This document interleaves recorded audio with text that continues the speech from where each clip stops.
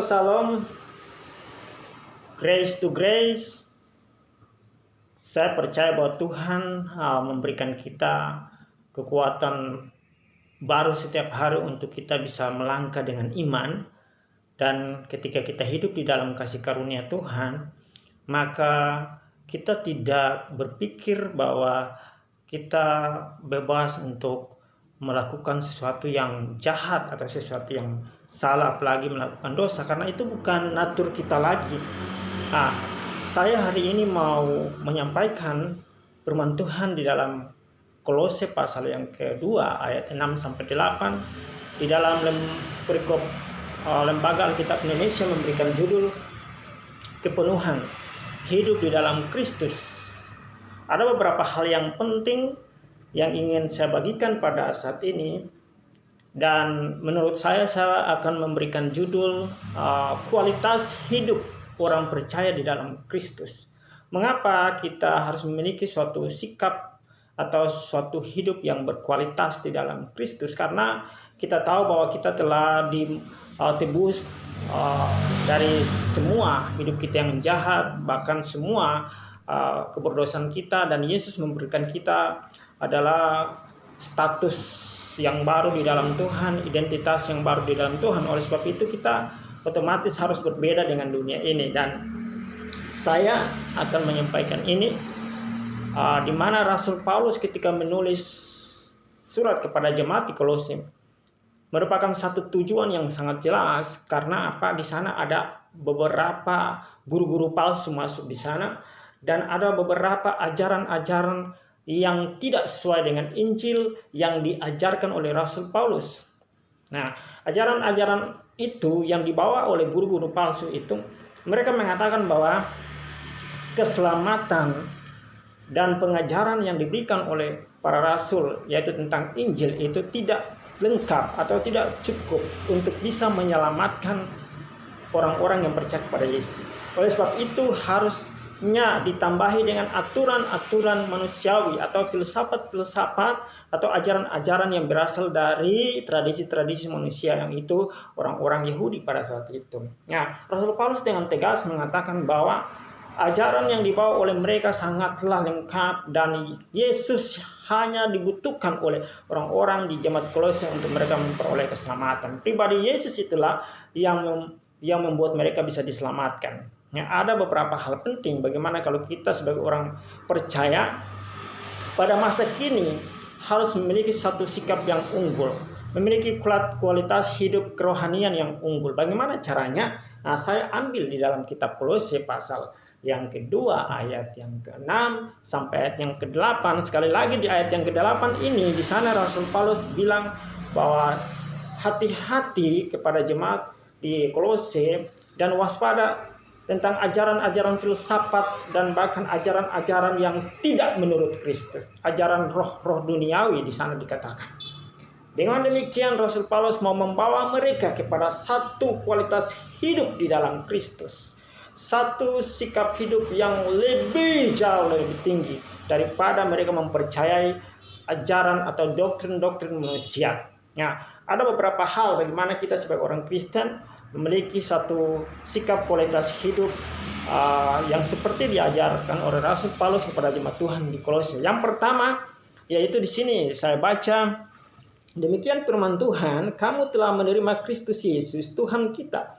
Karena itu hendaklah hidupmu tetap di dalam Dia. Yang pertama, ketika kita sebagai orang Kristen sudah menerima Yesus sebagai Tuhan dan Juru Selamat, di mana Yesus ada di dalam kita, maka mutlak Yesus itu terus harus tinggal di dalam kehidupan kita, dan kita di dalam Yesus Kristus. Itu merupakan hal yang mutlak sehingga kita tidak keluar daripada pribadi Yesus Kristus yang ada di dalam diri kita. Dikatakan tetap di dalam Kristus artinya tidak melangkah keluar dari kepercayaan, tidak melangkah keluar dari iman kita, tetapi terus membiarkan Yesus menjadi Tuhan dan Juru Selamat, menjadi pribadi yang bertakhta, yang berkuasa, yang adalah Tuhan di dalam kehidupan kita, sehingga kita terus bisa membangun hubungan yang intim dengan Kristus Yesus, membangun hubungan yang intim dengan Tuhan Yesus sebagai Tuhan dan Juru Selamat setiap hari di dalam kehidupan kita, baik itu keluarga, pekerjaan, baik itu marketplace, baik itu bisnis usaha. Yesus menjadi Tuhan, menjadi Juru Selamat setiap hari, 365 hari dalam kehidupan kita. Ada begitu banyak ayat-ayat yang mengatakan Yesus harus tinggal dalam diri kita. Seperti Rasul Paulus ketika dia menulis kepada jemaat Tuhan di Filipi, dia berkata bahwa hidupku bukannya aku lagi, tetapi Yesus atau Kristus itu tinggal di dalam aku. Bukannya aku lagi, tetapi hidupku ini sekarang milik Yesus Kristus. Artinya apa? Kita memiliki segala sesuatu sesuai dengan apa yang Tuhan mau dalam kehidupan kita. Dan kita terus berjalan dengan kasih karunia yang Tuhan berikan kepada kita. Di Yohanes juga mengatakan bahwa, kitab Yohanes mengatakan bahwa kalau Yesus tinggal dalam diri kita, Yesus sendiri mengatakan, menulis apa yang merupakan statement daripada Yesus Kristus, bahwa ketika Yesus dalam diri kita, maka apa saja yang kita perbuat pastinya bisa berhasil. Karena apa Yesus mengatakan, di luar aku, kamu tidak bisa melakukan apa-apa, bahkan kamu tidak bisa berbuat. Sebab itu perlunya suatu kualitas hidup, yaitu tinggal tetap di dalam Kristus Yesus. Kita terus menjadikan Yesus sebagai Tuhan dan di dalam kehidupan kita. Yesus bertakhta, berkuasa dalam kehidupan kita. Kita nggak boleh keluar meninggalkan hubungan pribadi dengan Dia. Kata tetap di dalam Dia ini adalah bagaimana Yesus merupakan Tuhan di dalam kehidupan kita. Yesus menjadi Tuhan di dalam kehidupan kita. Yesus terus menjadi Juru Selamat dalam kehidupan kita. Yesus adalah kebenaran yang memerdekakan kita. Yesus adalah pribadi yang berkuasa, berotoritas dalam kehidupan kita. Dengan begitu kita dipimpin oleh Roh Kudus dan terus mengalami satu kemerdekaan dari hari ke hari. Kalau Yesus tidak ada dalam diri kita, pasti apa saja yang kita lakukan tidak efektif, apa saja yang kita lakukan tidak maksimal, apa saja yang kita lakukan bisa gagal. Kenapa? Karena kita tidak lagi mengandalkan pribadi yang luar biasa, Tuhan dan Juru Selamat kita. Kita hanya mengandalkan kehebatan, hikmat, kepintaran kita. Tapi kita tidak mengandalkan Yesus yang menjadi Tuhan dan Juru Selamat dalam kehidupan kita. Oleh sebab itu, kita harus tetap terus berjalan, dipimpin oleh Tuhan Yesus sebagai Tuhan yang adalah pribadi yang berkuasa, Tuhan dalam kehidupan kita. Dengan begitu kita mengalami kemerdekaan, kita mengalami kemenangan, kita lebih daripada pemenang. Kenapa? Karena Yesus berotoritas dalam kehidupan kita. Makanya Rasul Paulus mengatakan, bukan aku lagi, tapi Yesus yang ada di dalam diri kita. Otomatis kebenaran itu yang memimpin kita, maka kebenaran itu yang akan memerdekakan kita, maka Roh Kudus yang memimpin kita, maka kita tidak lagi melakukan hal-hal yang di luar kehendak Tuhan. Bahkan kita terus mengikuti pimpinan Roh Kudus, sehingga yang kita buat ialah hal-hal yang sesuai dengan keinginan Roh Kudus itu sendiri. Itu yang pertama. Lalu yang kedua, di sana dikatakan bahwa di sini dibilang bahwa di ayat yang ketujuh, hendaklah kamu berakar di dalam Dia dan dibangun di atas Dia. Jadi pertama berakar di dalam Kristus, kemudian dibangun di atas Kristus. Wah, saya pada dulu suka senang waktu pelajaran SMA itu kita belajar tentang pohon, bagaimana ada akarnya, ada batangnya, ada daunnya, lalu ada juga di dalamnya batangnya itu, kemudian bagian-bagian pohon, cabang, dahan semua, kemudian ada buahnya ya, seperti itu. Nah, ini sangat menarik sekali karena apa? Di sini dikatakan, Rasul Paulus mengatakan bahwa berakar di dalam Kristus Yesus. Saya percaya bahwa sebuah pohon yang kuat pasti akarnya kuat, dan akarnya itu menancap ke dalam, itu yang membuat dia kuat. Kalaupun ada angin ribut atau topan, akarnya tetap kuat, ya, dan pohon itu tidak tumbang, tidak roboh. Demikian juga dalam kehidupan kita harus menancapkan akar-akar kita kepada Kristus Yesus. Ketika kita menancapkan akar-akar kita kepada Yesus Kristus yang adalah pribadi yang tinggal dalam kehidupan kita, maka angin-angin pengajaran apapun, ya, berita-berita pengajaran apapun, guru-guru palsu datang kepada kita untuk mengajarkan Injil-Injil yang tidak sesuai dengan Injil Yesus Kristus, atau ajaran-ajaran palsu, ajaran-ajaran sesat, filsafat-filsafat manusia, saya percaya kita memiliki iman yang tangguh, memiliki iman yang kokoh, kita tidak mudah roboh.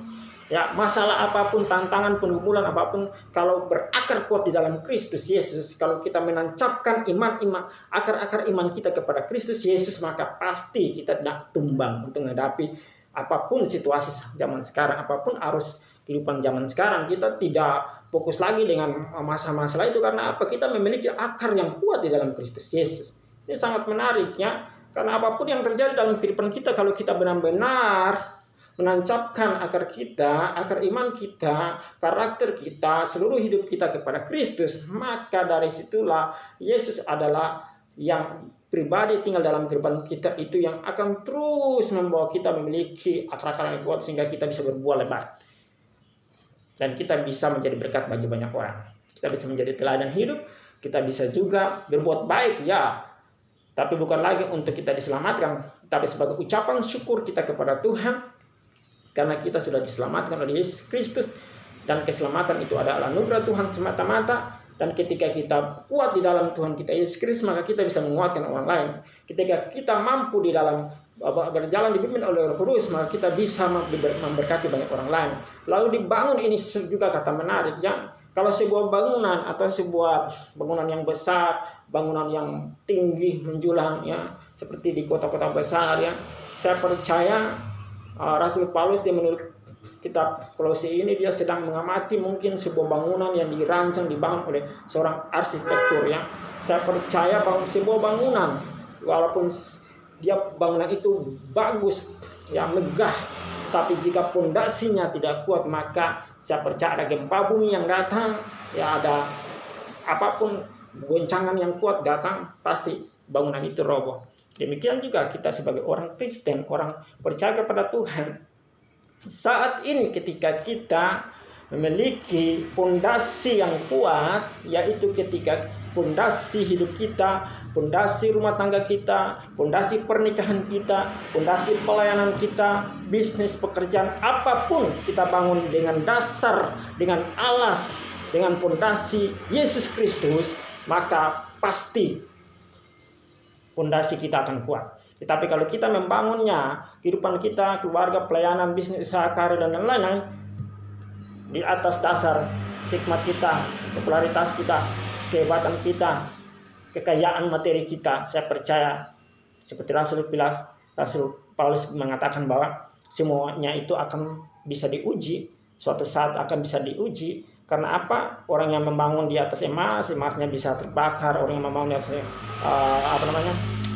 jerami bisa terbakar. Orang yang membangun di atas macam-macam dasar yang tidak sesuai dengan dasar Kristus, saya pasti dan saya percaya bahwa semua itu akan bisa gagal.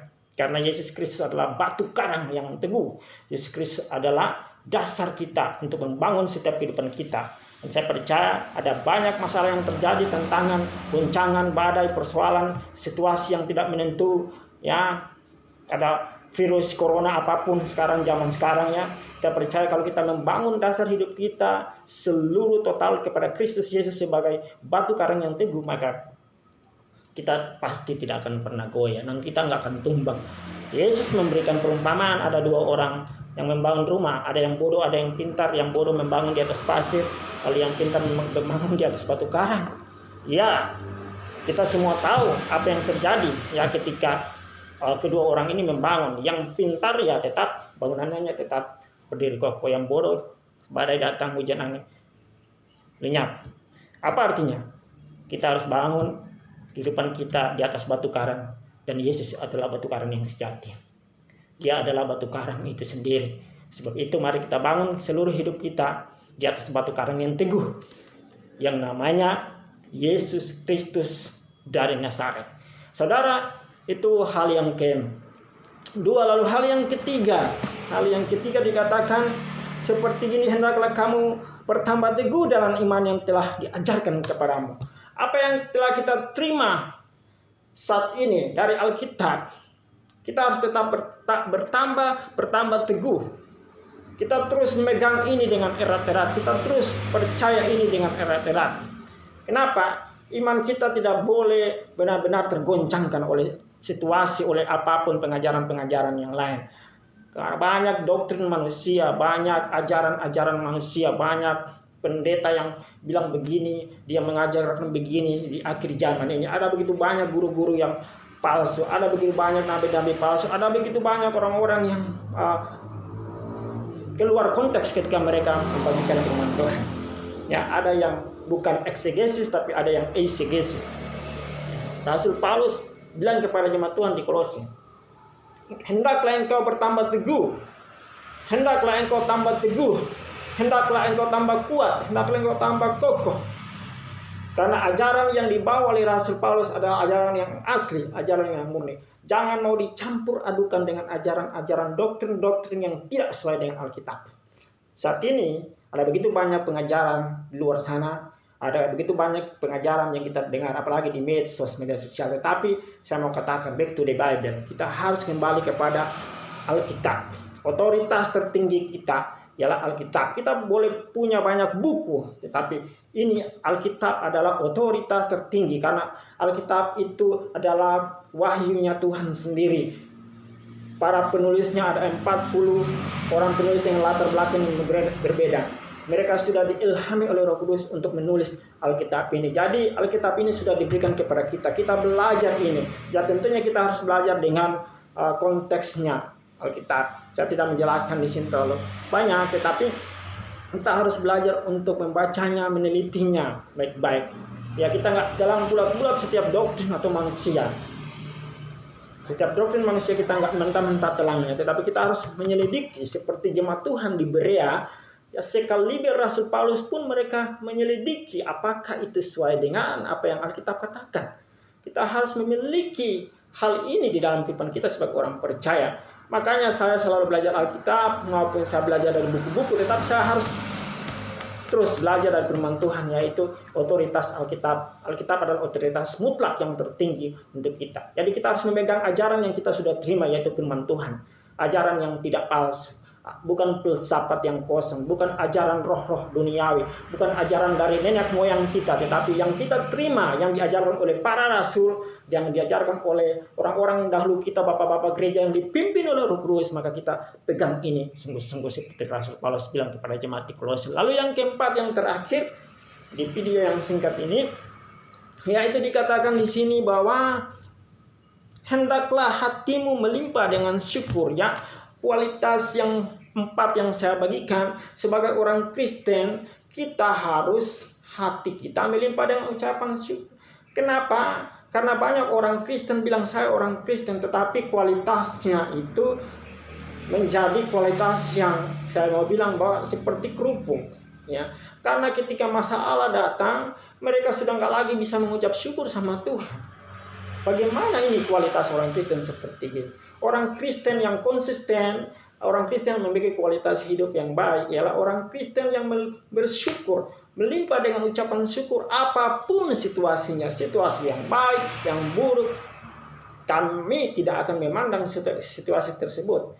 Orang-orang Kristen yang memiliki kualitas hidup Kristen yang baik, mereka tidak pandang situasi tersebut. Mereka tidak pandang, mereka nggak punya uang, mereka tidak pandang mereka dalam situasi yang mungkin rumit atau anaknya yang sementara sakit, ya, ekonomi yang sulit. Tetapi mereka percaya dengan iman mereka bahwa Yesus yang mereka sembah sebagai Tuhan dan Juru Selamat adalah Tuhan yang hidup, bahkan yang tinggal di dalam hati mereka. Dan mereka harus bersyukur dengan sukacita, melimpah dengan syukur, karena itu adalah suatu kekuatan. Ucapan syukur merupakan suatu kekuatan dan suatu sikap kualitas hidup yang baik bagi orang percaya. Orang percaya diukur dengan nilai-nilai seperti itu.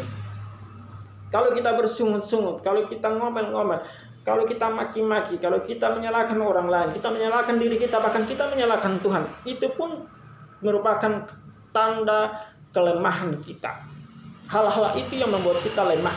Tetapi kalau kita punya sikap rasa syukur, melimpah dengan hati kita dengan ucapan syukur, kita melihat bahwa masalah kita ini, kita melihat bahwa Yesus yang menjadi Tuhan dalam kehidupan kita adalah Tuhan yang besar, Tuhan yang sudah menyelesaikan 2000 tahun yang lalu di atas kayu salib, bahkan memberikan nyawanya bagi kita. Maka kita tidak memandang masalah itu dengan perspektifnya atau cara pandangnya kita, tetapi dengan perspektifnya Tuhan. Dan kita percaya bahwa segala sesuatu yang terjadi dalam kehidupan kita, saya percaya itu mendatangkan kebaikan bagi orang-orang yang berharap kepada Tuhan. Ada dua hal, ya, banyak orang Kristen bilang bahwa ada ujian, ada pencobaan. Saya mau katakan bahwa pencobaan itu dari keinginan-keinginan hati kita sendiri yang digoda oleh iblis untuk melakukan hal-hal yang jahat. Lalu pencobaan itu juga bisa berasal dari dunia ini, di mana orang-orang bisa juga dipakai oleh iblis untuk mencobai kita. Dan tadi pribadi oknum pendusta, yaitu bapak segala dusta, yaitu setan, bisa mencobai kita. Tetapi kalau ujian, saya percaya itu berasal dari Tuhan, dan saya percaya sesuatu ujian yang diberikan oleh Tuhan tidak akan pernah membuat kita hancur atau mendatangkan kecelakaan bagi kita, tapi selalu mendatangkan kebaikan. Dan oleh sebab itu kita percaya bahwa Tuhan ketika memberikan satu ujian dalam kehidupan kita, pasti hasilnya ada iman yang tekun. Ya, tahan uji, dari kita uji itu menghasilkan iman yang luar biasa, dan kita semakin terus mengasihi Tuhan, semakin terus percaya kepada Tuhan.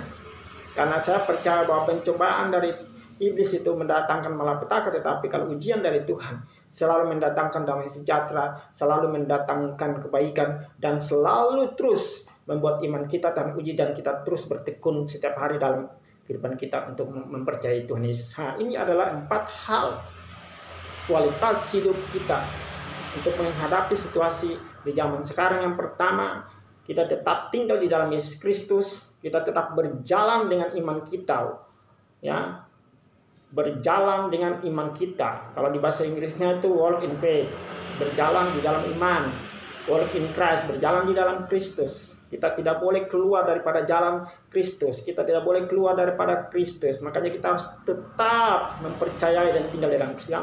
Lalu yang kedua yaitu dibangun di atas Dia dan berakar di dalam Kristus. Lalu yang ketiga yaitu tetap bertambah teguh, dan yang keempat, yang terakhir, biarlah hati kita ini melimpah dengan ucapan syukur setiap hari. Demikian video yang singkat ini saya buat. Kiranya Tuhan Yesus memberkati kita semua. Grace to you, grace to grace, berjalan dari kasih karunia ke kasih karunia. Dan saya percaya kita diberkati, kita dikuduskan, kita dibenarkan, kita diampuni bukan karena usaha kita, tetapi itu karena perbuatan di atas kayu salib. Yesus Kristus telah menyelamatkan kita. Dan terima kasih sebagai saudara yang melihat video ini, kurang dan lebihnya saya percaya bahwa Roh Kudus yang membuat saudara mengerti lebih lagi. Karena sebagai manusia saya begitu keterbatasan untuk menyampaikan firman Tuhan, tapi ini adalah hal-hal yang simpel yang ingin saya bagikan kepada saudara. Kiranya Tuhan Yesus memberkati kita semua, dan saudara jangan lupa untuk bisa komentar atau like. Kiranya Tuhan Yesus memberkati kita semua. Shalom. Amin.